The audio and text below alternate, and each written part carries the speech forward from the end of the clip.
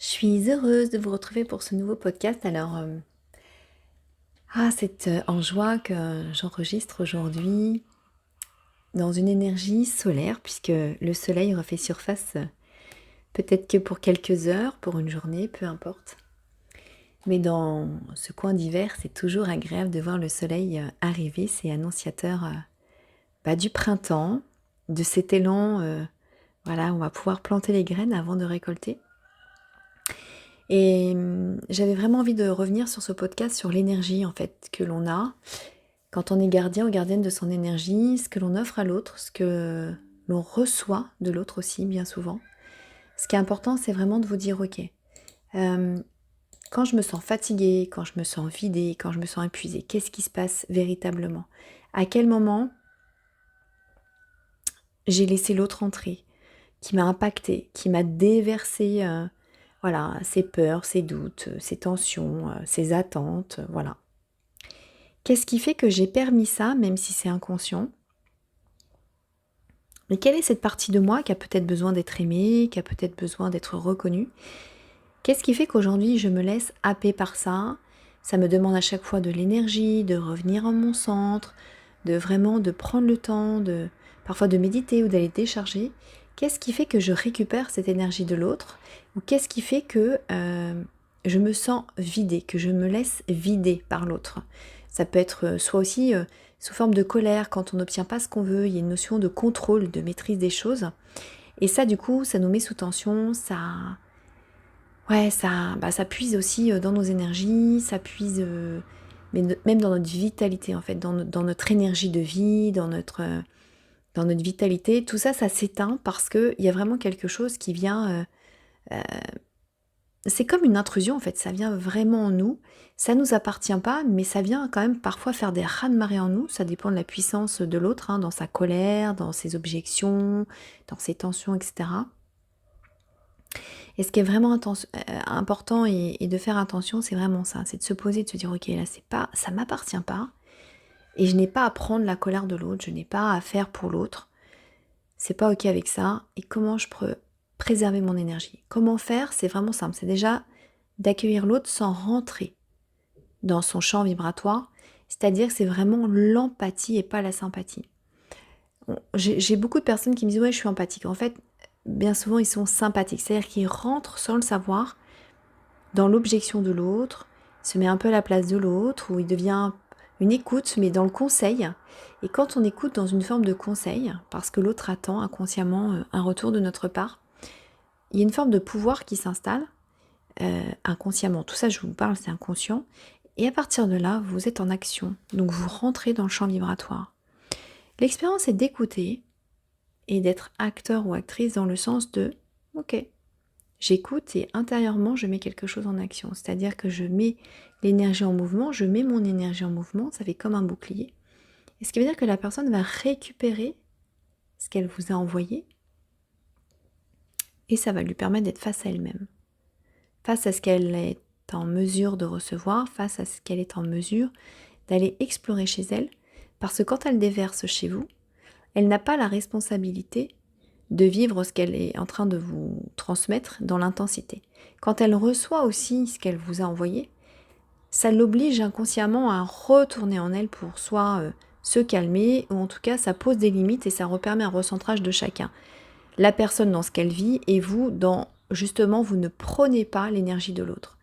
C'est vraiment savoir dire stop en fait, sans culpabiliser, c'est de vous protéger, c'est pas de rejeter l'autre, c'est vraiment de vous protéger et préserver votre énergie. C'est très important de le vivre comme ça. Et comme je vous le disais tout à l'heure, ce qui est encore plus important, c'est de savoir répondre sans justement se laisser envahir. C'est là, j'ai envie de dire, l'expérience de la vie qui est le plus surprenant parce qu'on passe notre temps en fait à s'offrir à l'autre, à ne pas mettre de limites, encore plus quand c'est les gens que l'on aime. Et à la fin de la journée, on se dit « Eh oui, je me suis encore fait avoir. Eh oui, aujourd'hui, je suis encore fatiguée. J'ai pas su garder mon énergie, je l'ai distribuée. » Voilà, gratuitement. Et est-ce que c'est juste? Est-ce que l'autre a su aussi recevoir le cadeau que je lui offrais? C'est-à-dire mon énergie, mon écoute, mon temps, ma présence. Est-ce que ça a été reçu à sa juste valeur? Et ça, c'est important aussi parce que l'énergie est précieuse, la vitalité est précieuse, hein, c'est le mouvement de la vie. Et c'est apprendre à ne pas la disperser, et encore moins la distribuer comme ça, sans qu'elle soit honorée ou sans qu'elle soit sacrée. Donc vraiment, l'invitation de la vie, et de plus en plus, on le voit, hein, les gens sont fatigués parce que justement, il y a cette énergie qui est tout le temps dispersée. On est tout le temps happé par l'extérieur, que ce soit dans les réseaux sociaux, dans vos mails. Il y a toujours des alertes de tout. Donc on est en permanence suralimenté de l'extérieur, surdemandé de l'extérieur. Il y a toujours quelque chose qui vient euh, quelque part, nourrir notre énergie ou pas, ou venir justement nous happer dans cette énergie. Donc c'est vrai que c'est de faire attention, d'être vigilant, de ne pas être trop sur les réseaux, de ne pas être trop dans les mails, ok pour le travail, etc., mais faire des temps de pause pour vraiment revenir à soi, pour se recharger régulièrement dans la journée, éviter que le soir vous soyez HS, les batteries à plat, et que du coup vous ne profitiez pas de votre soirée, de votre moment pour vous, et que vous avez juste envie, c'est de vous étaler dans votre lit et de dormir pour récupérer. Ça, c'est la survie. Donc, le vrai moment de la vie, c'est ça. C'est je me connecte à mon énergie et je fais du mieux que je peux pour la préserver. Alors, c'est vrai que souvent, ce que je fais, c'est que quand ça m'arrive, j'essaye du mieux que je peux d'aller marcher dans la nature ou même de prendre un temps pour moi. J'ai une méditation aussi que j'aime beaucoup qui me permet justement ça, en 10 minutes, d'aller me recharger. Ça peut être une musique, ça peut être un chant, peu importe. À vous de trouver votre petite technique, mais qui va vous permettre de temps de pause et je régénère très vite. Et plus vous allez vous en rendre compte rapidement, plus vous n'allez pas être HS dans vos batteries. Et du coup, vous allez pouvoir vous réajuster très vite, redonner un mouvement en vous, d'énergie, de joie. Moi, je sais que tous les matins, maintenant, je prends 5 minutes et je danse parce que du coup, ça met aussi mon corps en mouvement, ça met mon corps en énergie. Et ça me permet, comme un espèce de bouclier autour de moi, de me préserver du mieux que je peux dans ce que j'offre.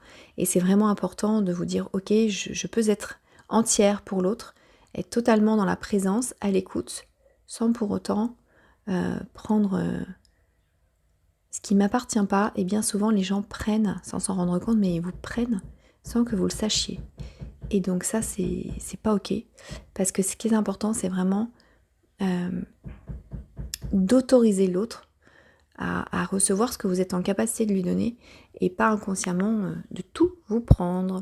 Donc je vous souhaite un bon moment d'expérience, d'observation. N'oubliez pas que votre énergie est puissante, elle vous appartient et vous êtes libre de l'offrir à qui vous voulez et vous êtes libre aussi de ne pas la distribuer et de ne pas la disperser et de la garder que pour vous, pour que chacun aussi apprenne à garder sa propre énergie et qu'on n'est pas là pour décharger sur les autres. Voilà, on est là pour vivre nos propres expériences et décharger nos émotions avec nous-mêmes, pour les libérer et pour se faire du bien. Je vous souhaite une excellente journée. Je vous souhaite de passer des bons moments avec vous-même. Gardez bien votre vitalité, votre joie et votre énergie, parce que ça, par contre, vous pouvez la distribuer autant que vous voulez, parce qu'un sourire, c'est toujours le plus beau cadeau du cœur. Je vous embrasse et je vous dis à très vite pour un autre podcast.